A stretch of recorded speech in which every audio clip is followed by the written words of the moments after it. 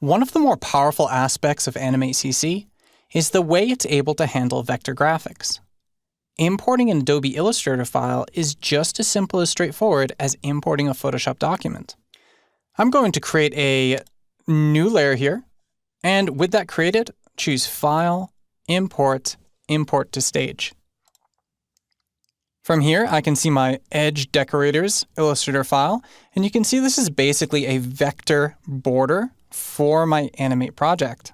Here we'll choose Open, and this will immediately open up my Adobe Illustrator import dialog.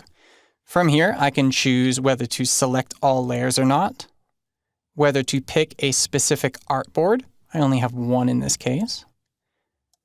For particular layers, I can choose to import them as bitmaps if I want to, create movie clip symbols of them.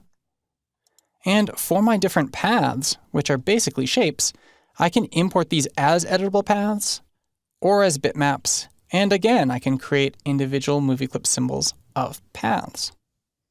Down below, I can choose to bring everything in on their own specific animate layers, a single animate layer, which is what I'm going to do, or across the timeline as individual keyframes. Again, I want to bring everything into that layer I just created, so I'm going to choose single animate layer. I want to place the objects at the original position. I don't want a single bitmap image. I don't care about unused symbols. And there's no need to set the stage size based on the Illustrator artboard because it exactly matches my Animate stage size. Let's go ahead and hit Import.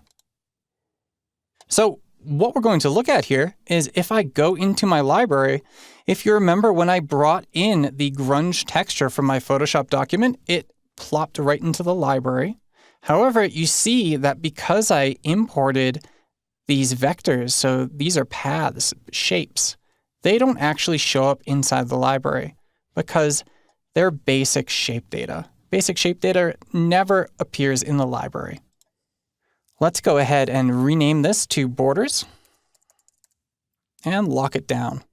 The great thing about importing Illustrator artwork is that we now have full control over the same vector data within our project using tools native to Animate CC.